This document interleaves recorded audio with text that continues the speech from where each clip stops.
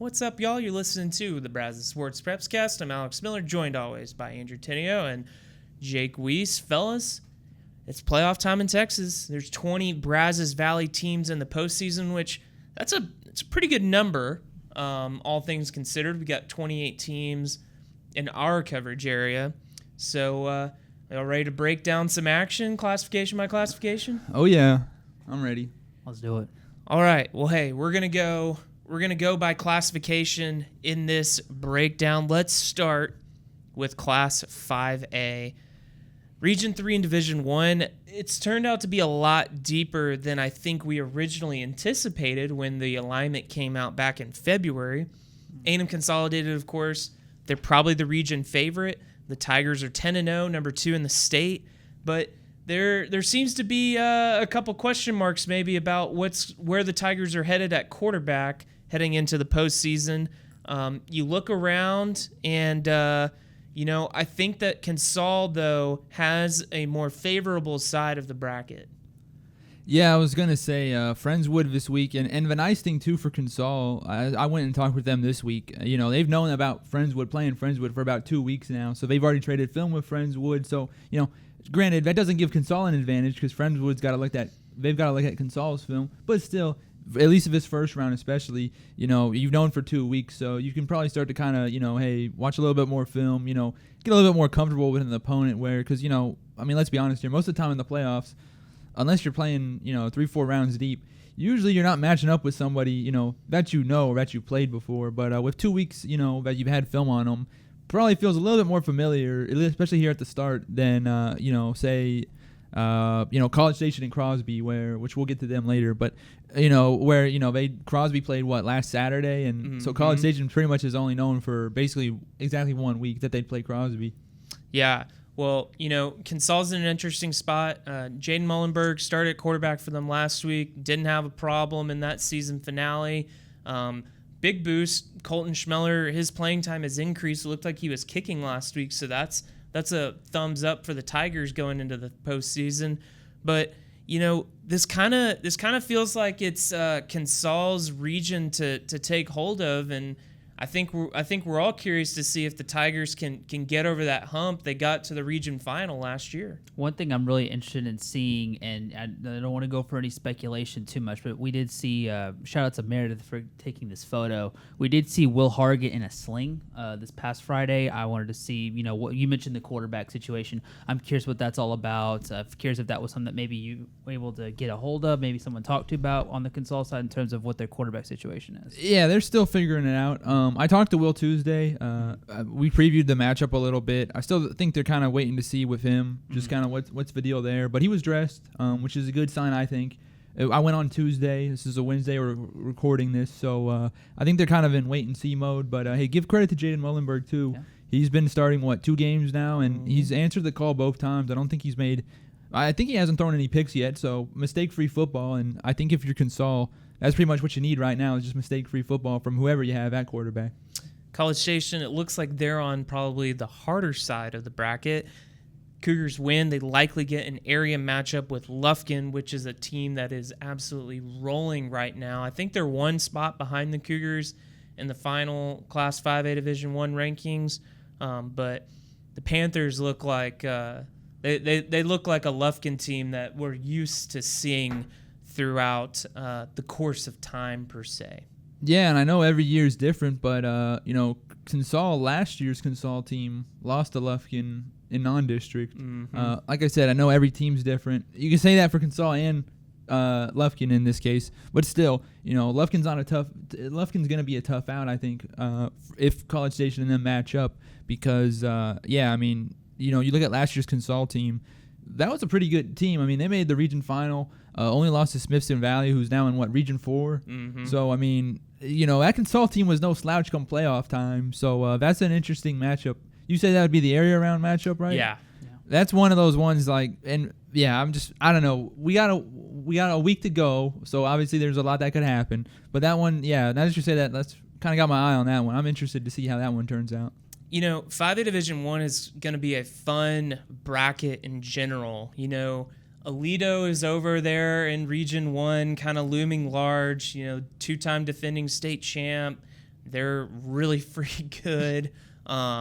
But, if you look at some of the scores that Aledo has had, they seem to be a little maybe less invincible than they have been the last couple years. So, if a team like AM Consolidated or College Station could run the gauntlet and get to AT&T Stadium, maybe they get a good shot to beat what is traditionally just the powerhouse of Class 5A. So, down in Division 2, I think Brenham is going to be a big sleeper in Region 3. The Cubs have a big test standing in their way potentially with Richmond Randall in the third. Brenham's going to have a tough road. Okay? Former district foe, too. Yeah. So Texas City in the first round, right? Okay. They have the potential to play Liberty Hill in the second round, which Liberty Hill is traditionally a really good team. I was going to say, weren't they part of that 63 or 7? Weren't they part of that game where it was points after points points last year? Yeah. So Liberty Hill could be in the second round. And then you turn around and you play possibly Richmond Randall.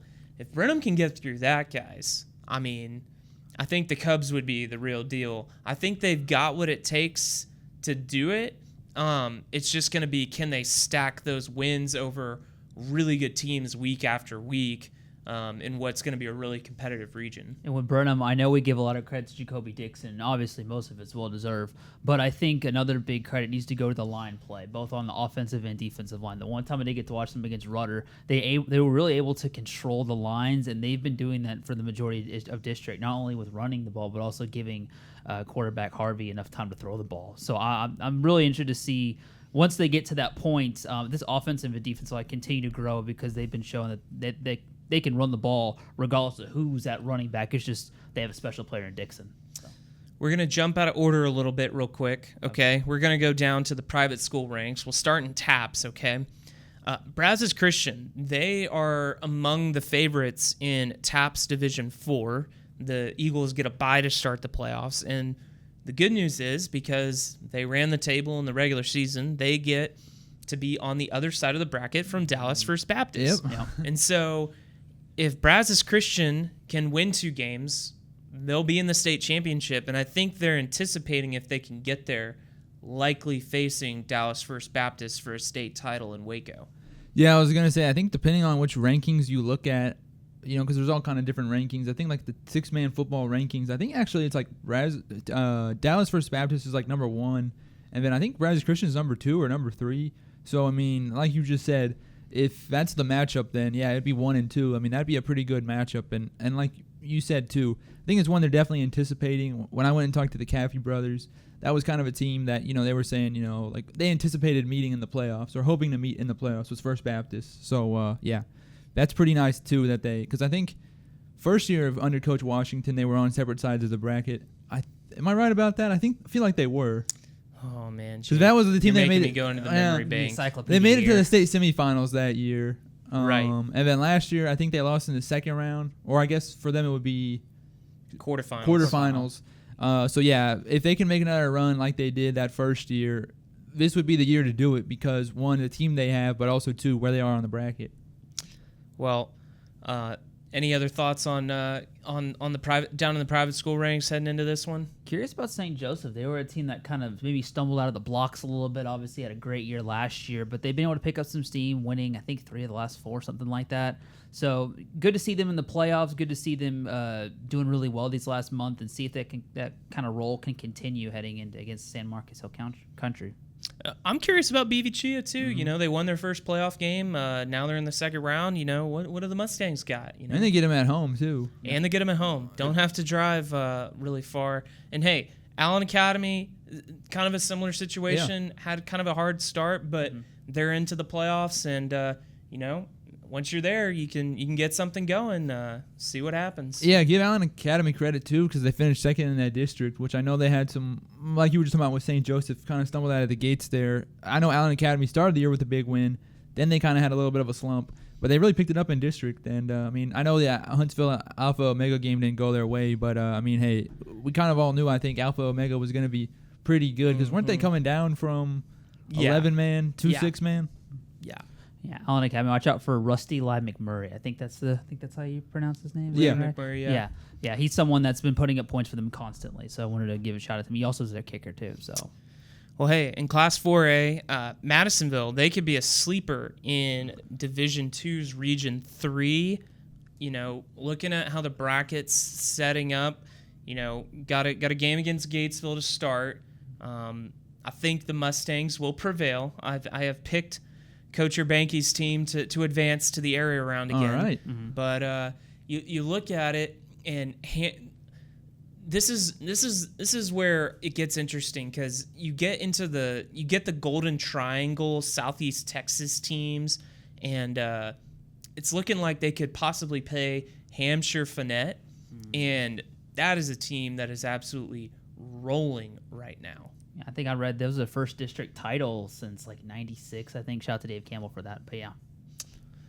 And Man, news to me. I was just glad. Like, I was just thinking in my head, like, man, good on Madisonville. They don't have to play Belleville in the area or second or third round again, like the last 2 years. yeah, I think that Madisonville and Belleville are on opposite sides of the bracket, so if they did have a rematch, it would be in the region final. All right then. Yeah. See, I didn't even think about who else they'd play. I'm like, just say, they don't have Belleville anymore. Let's go. Well, down in 3A, okay, 3A Division 1 is going to be a really fun bracket just across the state. And Region 3, I think in particular, is where a lot of, the powerhouses rest. And it sounds weird to say, is Franklin the sleeper in this region? I don't think they're by many considered the favorite, but I don't know if it's sleeper. What round would they play with Franklin and Columbus? Which Columbus would probably be one. It would be a region final. Region final. Okay, And so it, it and, would be and it would be, so here's what's interesting. I think Franklin is on the better side of the bracket when you break it down, okay? There is a possible regional game against Hitchcock, which has had a fantastic season. But the problem for Hitchcock is their starting quarterback, Lloyd Jones, is hurt. And it's uncertain when he might potentially return, if he returns at all. So that's a concern for the Bulldogs, who have had a fantastic season. Kelshawn Johnson, A&M committed wide receiver, he's had a fantastic year. And you look at what Franklin's doing. They are rolling. 83 last week on Rockdale. And look, I know Rockdale had a hard season, but 83 in the wing tee, come on, guys. Yeah, I was going to it's say. pretty impressive. Excuse me, slot tee. Slot tee. Respect to the slot tee mafia. Some signs are pointing towards a potential regional final against Columbus. Yeah. And if you get them in one game, that's all it takes, right? Well, and hey, they'll be able to get a little bit of scouting potentially from Cameron Yo, because Cameron Yo and Columbus meet in the first round. So I don't think that's going to be that should be an easy phone call. Just call up, Coach Babino. You probably got his number because you're in the same district, and go, hey, Coach, what you guys see from them? Yeah, well, I think my one question mark for Franklin is if and when they face a team that really can throw the ball well, can the Lions stop the big play? Because I think what we saw early in the season when Franklin lost a couple of games is that, those big plays really hurt them when they played a team like Salina, which, by the way, might run away and win 4A Division, I think it's 2 that they're in. Yeah. Yeah. Salina is the team to beat in that division statewide. And then, the legacy school in Houston, that was kind of a weird thing where you got a bunch of Division I prospects playing on kind of this charter private school. Yeah, kind of like IMG. They beat Hitchcock this season. Yeah. And so I'm curious what how Franklin's growth is when they face a team like Hitchcock or Columbus potentially that can really throw the ball. So down in Division II, I think the big question mark is this the year for Lexington? No, yeah, I think a couple weeks back was it Thrall that they dropped that game to Thrall? Was it Blanco? Blanco, that's what it was. But that was kind of that was. The Thrall thing was the week before. That was the week before the first big test of the year. And so, yeah, K-Sev's been throwing the ball around really well, really consistent play. What I want to look at is when I'm sure we'll get to them. Is this the year for Shiro? Can Shiro get over the playoff hump? Connor Daly at quarterback, also defensive back, has been playing really good ball lately. The offensive and defensive line has been great. Rome Rivera has kind of gone both ways. I think he's been on our Player of the Week ballot one or two times this year. And then for Trope, they dropped their first 2, but I think they've won 6 of the last 7. So 2 teams coming in with some momentum. This is the big one for Shiro. Can they get over the hump? Yeah. In Region 4, 3A Division 2, I really like Lexington and what they've been able to do. Poth is going to be a hard team to beat if they face them in possibly the 3rd round. And Tidehaven, they played for a state championship last year. And so, it's going to be a pretty competitive region, I think. And, what is Lexington able to do? Can they learn from that loss to Blanco when they get back into a big game? And can they go toe-to-toe with a couple of teams that have played for state titles in recent years? Hey, give Lexington a little bit of credit, too, because I kind of perked up there when you said Tidehaven, because I know it's a little different, but they did play them in 7-on-7, state 7-on-7 tournament this year, and Lexington won. Obviously, very different from 11-man, but still, I thought that was interesting. They did get a little preview there of those 2 teams, and I covered that one. That was a pretty good game. So, kind of like when you said that, I kind of perked up a little, like, wait a minute. Well, down in Class 2A, we talk about sleepers. Could Centerville maybe be a sleeper down in Division 1, Region 3, which, if you look east, the power teams are in that East Texas kind of corridor.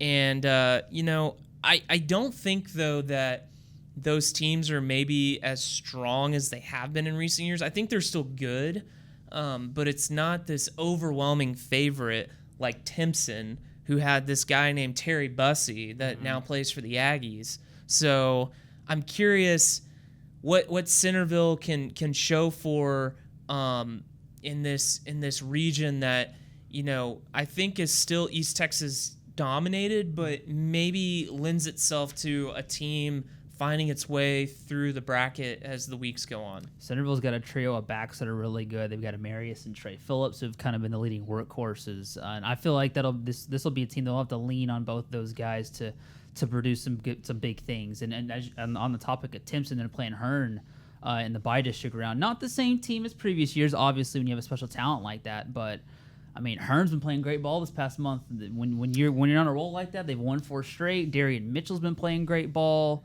I'm sure you want to say something about him, but yeah, Hearn that one could be a sneaky good first round game. Yeah, I was doing my picks today, and I got to Hearn and Timpson was the last game I picked, and I was like, man, this is a hard game to pick. I went with Timpson, so everybody in Hearn can use me as bulletin board material. But I think the Eagles are definitely going to give them a fight. And if they end up winning, I wouldn't be shocked either. Mm-hmm. Yeah. So I think Division 2, though, in Class 2A is where it gets really interesting for some Brazos Valley teams. And by the way, for those who don't really realize it, like half of our teams that we cover are in Class 2A. Yeah. Yeah. Which is crazy. Like I'm looking at this list, and we got 1, 2, 3, 4, 5, 6, 7. 7 of the 20 teams in the playoffs from the Brazos Valley are down in Class 2A, and most of them are in Division. Yeah, well, I guess 5 of them are in Division 2. Yeah, so that's for those who don't understand why we talk about so much 2A ball. That is why. Well, and then don't forget the 2 teams that didn't make the play. I mean, yeah. you add up the numbers from that 28 total. I bet you we're probably up to what, at least maybe 9 or maybe 10. Probably 9, I would say, would be my rough guess, because you add Snook, Milano, Norman G. So I think, that's funny. Maybe 10 actually. Now that I'm sitting here, I don't know. I'll have to add that up later. Anyway, down to Division 2, Region 3. Give me the Bremont Tigers to win the region, guys. Okay? I don't think Mart is going to flop for a second straight week. I thought it was crazy when I saw the scores from last week, how they lost 46-0 to Goldthwaite. Like, what happened there? That's a little puzzling.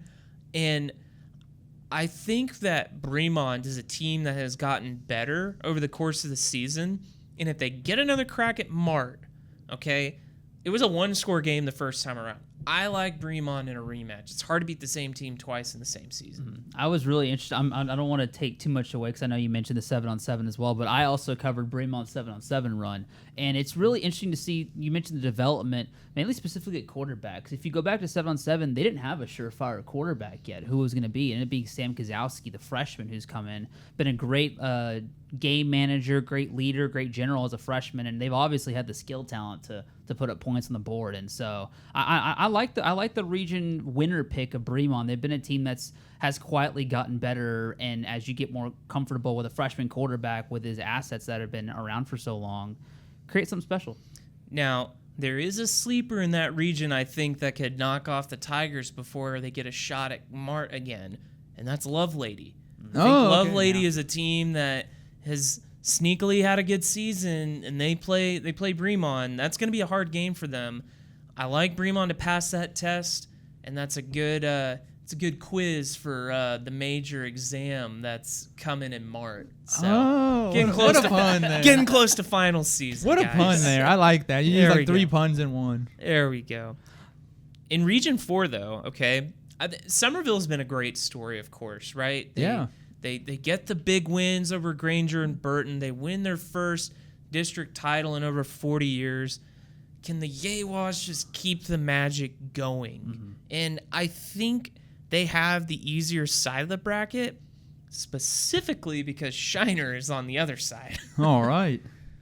Yeah, I'm real interested with Somerville to see how far they can go because, Burton lost to Granger last week, and I think Granger's still pretty good. Oh, yeah. Yeah, I definitely think Granger's still pretty good, but it's kind of interesting to see, did Somerville kind of, just get hot at the right time in those 2 games? What kind of was the ticket there, I guess? Because they've definitely been getting better week after week, Somerville is. So it's interesting to see if they can keep that going in the playoffs, or is kind of, I don't know. I'm just really interested to see where they go, I guess. Point is. Well, guys, if you had to pick one team to put all your chips in on making it to Arlington, who are you going with? On the spot? I mean, a second. You can go first. Do you have a pick since you brought up the question? I may need a little more time. I'm gonna cheat. I'm gonna pick the team that's been there the last 4 years. I'm going with the Franklin Lions. I like what they're doing. I like the way they're playing. I think that Hitchcock is vulnerable, and I think if they can get into a region final against Columbus, they can throw the kitchen sink at them and find a way to win. All right, well, I'll go next then. Franklin was one of my picks. I was actually thinking, I have 2 in mind, and Franklin was one of the 2. I'll go Consol. For me at least, I picked against them when they played College Station, and they proved me wrong. I mean, I'll eat my humble pie there. I think they proved all. Did you pick College Station? For which game? I did pick College Station, yeah. So they proved all of us wrong. Oh, okay. So they proved all of us wrong. So we all had some humble pie there. But, I just think, they've been consistent since then. I definitely think in the playoffs, that first 4-game stretch for Consol was just so tough. First 5-game stretch for Consol was so tough. The rest of the district, look, every game is tough. I'm not trying to say it was easy, but the level of competition was a little lower than the beginning of the season. I think that's fair to say. I think that's very fair to say. I think that's okay. I was going to say, I think that's very fair to say. They would agree with you, Jake, with respect. So they definitely are going to have to, probably tune things up in the playoffs or kind of get back to that level they were at the beginning of the year. But I think they can do it. I know we were just talking about earlier in the show about the quarterback situation. I think whichever guy you put back there, I think as long as they play mistake-free football, you're good to go. We talked a lot about their defense. I think their defense is going to help them out a lot. I think their defense is elite. Yeah. And I think getting Schmeller back people are going to realize about round 3 or 4, oh, wow, this Schmeller guy is pretty good. Yeah, exactly. And I know in the last game he went 9 for 9 on extra points. They didn't need him to kick any field goals, obviously, because they put up, 63 points in the final? Yeah, so not many opportunities there to kick field goals, I'm sure. But it'll be interesting to just see, how they progress.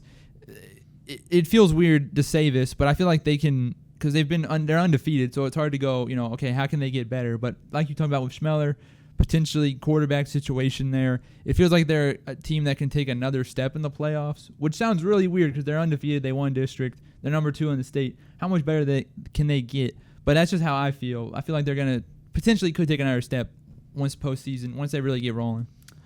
I'm still between. You know what? Give me the Cubs. Give me the Cubs. Brenham. Okay. Brenham. I think when Brenham touches the field in just about every game, they may have the best player on the field. And I think that is a valuable asset. Like I mentioned, the offensive defensive line's been playing really well. The defense, for the most part, in district has been pretty stout. I know they'll have some tough matchups, obviously. I was really between Brenham and Lexington, but to change things up, to spice things up, I'm probably going to go, why not? Give me the Brenham Cubs. And I'm going to add one more. They wouldn't play in Arlington, but Brazos Christian. Yeah. I really like the Eagles. They seem like a team of destiny. They're so well-rounded. Mm-hmm.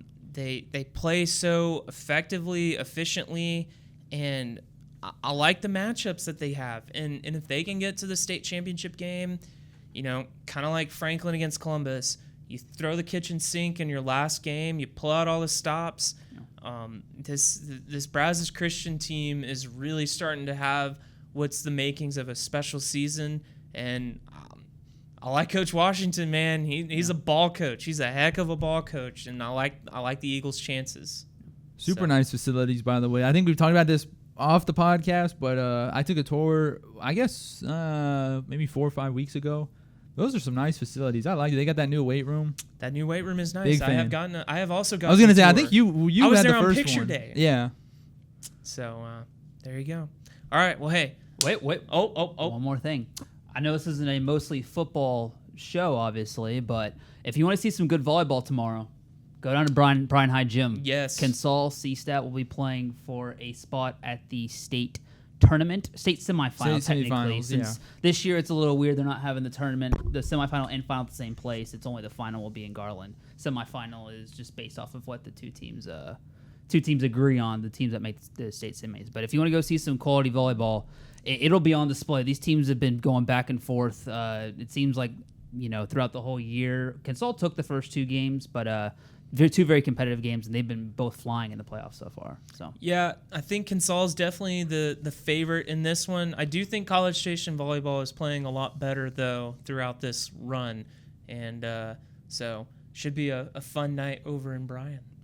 I will be in Waller covering Franklin. Oh, that's right. There you go. But yeah, we got Thursday games. So hey, check theeagle.com for all of our coverage on high school football and high school volleyball as the playoffs really get cranking up. We'll be back next week breaking down more playoff action here in the Brazos Valley. We'll see you next time.